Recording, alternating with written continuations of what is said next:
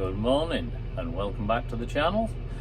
The wind has actually dropped today, so we're going to crack on and get a bit of spraying done.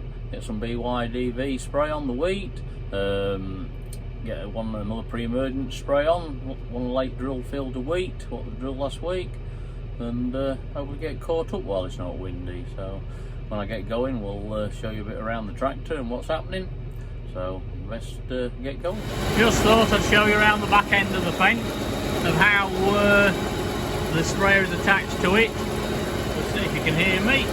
You start off here, we've got air lines that's got air brakes on it, plus they're air shut-offs, so that operates the nozzle bodies and that. The next one is into a spool. That is the hydraulic pump that powers the sprayer pumps. It's got to be a constant flow and no variations. That's why it's got a dedicated plug into a spool valve, dedicated high flow rate. And then the rest of the sprayer operates on these two pipes, which is the load sensing. So the boom, auto height, steering, it's on load sensing. That means that all it does is pump when necessary. It's on demand, so it's not pumping all the time. And of course, this one, the isobus cable. That's how the sprayer talks to the tractor. It communicates with it, so that switches everything on and off, steers it, booms up and down, full works, keeps the rate the same. And of course, there's the return pipe, which flows from, well, return pipe is for this one, for the hydraulic pump on the sprayer. So that's flow back into the back end and for the load sensing. So that's how it's all connected up. Just forget, this little box here, it's a gyroscope, and this is how the sprayer steers. It knows exactly where the tractor is in relationship with the sprayer, so it knows how much to alter this ramp to steer the drawbar, and then it keeps the wheels in track with the rest of the tractor, so it follows it round in the same wheelings on the headland. Right, we'll have a quick look around the cab before I start spraying at what's happening. On here you've got the engine display and it's on LCD, but rather trick feature of this one is you can undo it. There we go. I've got the guidance up on that. It's not a touch screen, but if you're driving forwards you can just look at that screen without looking sideways to see where your guidance lines are. We're just starting a new field here, as you can see, and the blue is the boundary, but it still gives you all your essential information. And we're using the next fence screen. It's the isobus. I don't know if you can see it properly. Yeah, it's an isobus set up on the sprayer, so we can run it through the tractor terminal. It doesn't have to have its own dedicated sprayer controls. Also, on the same screen, we've got the two rear cameras, one looking underneath at the nozzles to make sure they're working behind the tractor, and then another one see what's behind when you're reversing. A bit better than the other one. Well, they both complement each other anyway. Then we have the second or third screen, as you maybe like to call it, in the fence, and this can be programmed to anything, and this is where I run all the guidance on this one, see what's happening, and I can adjust it without having to swap pages on the sprayer one, like, so I can see instantly and make adjustments without any messing about. Also on this one, when I come to fill up, I've got all my hydraulic flows on it, and obviously we're running the sprayer pump, because when I fill up I have to increase the flow, because it doesn't need to be running any fast, and when we're spraying rather, it runs at about 290, 300 RPM, but when we're filling up we want more flow through the pump, so we crank that up to 500 RPM, so it fills a lot faster. And of course, trusty old tablet for doing spray records. At the minute we've got the Muller joystick rigged up on the sprayer for operating all the sprayer controls. but in the very near future all that will be replaced on the joystick, and this other little joystick, which is a 3-layer one, 3L one. The sprayer software needs updating first to make it be able to run on that, but so eventually we'll do away with the Muller one and everything will run through these two, which will be good. It'll be one less bit of a clutter, but yeah, it's a really smooth tractor to drive and a smooth setup, so we'll crack on. There we are, you can see it's colouring in as we drive round.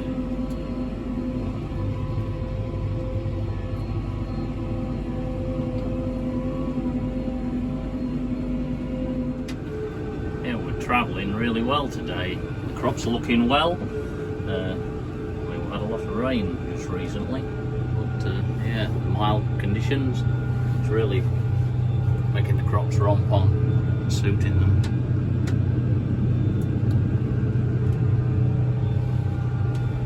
Yeah, everything's looking really well on the farm at the minute.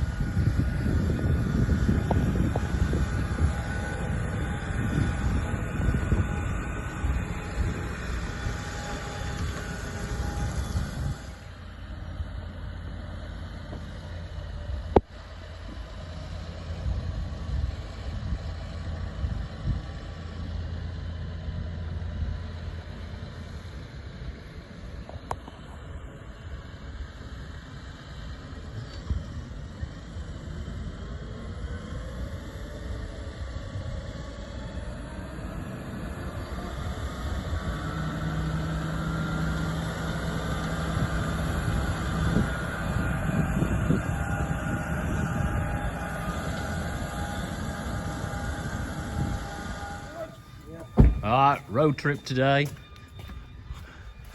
We're off to East Midlands Machinery Show. In the office. Already? Yeah, good man. Yeah. We're off.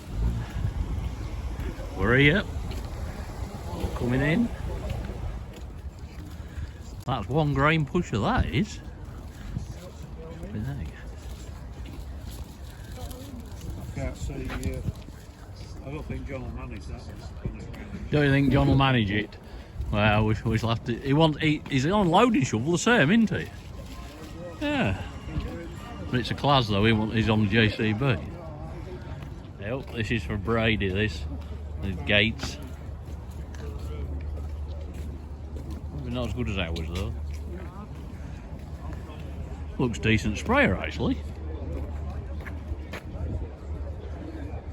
Look, hang on, I've spotted one. Big spec one. It's here. I'm drawn to it.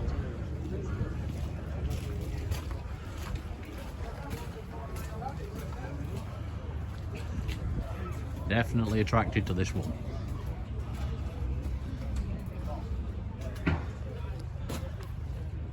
Let's have a look around at fertiliser spreaders. Let's go after a new one.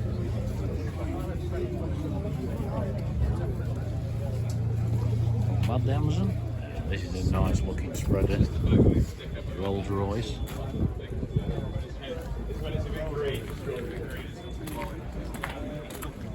Way cells on it.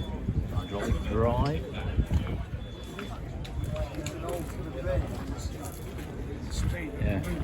Yeah, from the cab, yeah. That is. This is a bigger machine, so you've got 2 steps in, but still really good access into it. All of our MOT machines are fitted with our ASA stick.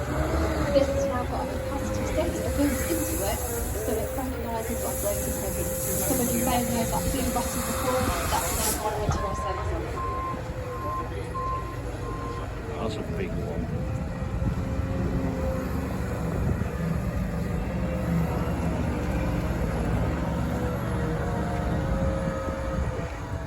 Another great little feature we've got on here is our JSM auto power, which Gary is just now going to show you.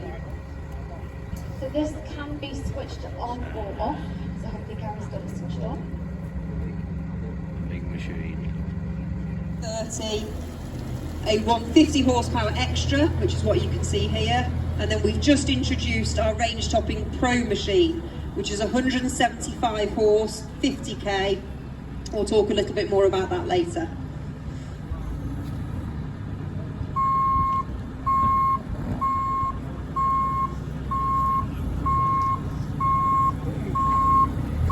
The most visible change in these load halls over the 40 odd years we've been building them is this new Series 3 cab, which we introduced 3 or so years ago. So you'll notice now we've gone to a single piece curved windscreen. This offers the best visibility that we've ever had. Those guards in the roof are raked, so when you're loading at height, we haven't got the bar that used to be there interrupting your vision, that we've got great visibility when loading.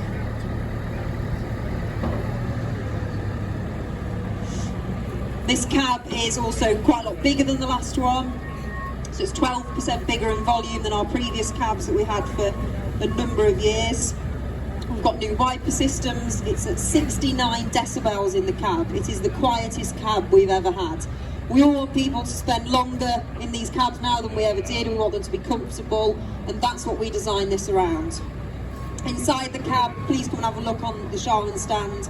It's got a new 7-inch display. The switch pack is all totally redesigned. Everything's to hand. It's simple, it's easy to use, and ultimately that makes it safe.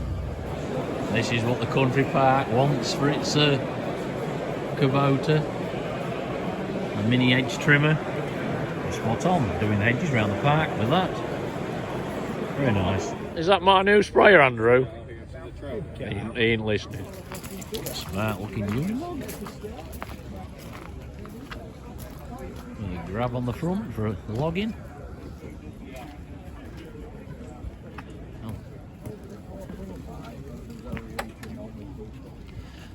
That could be the new farm vehicle, that Unimog. Look at that cab on it.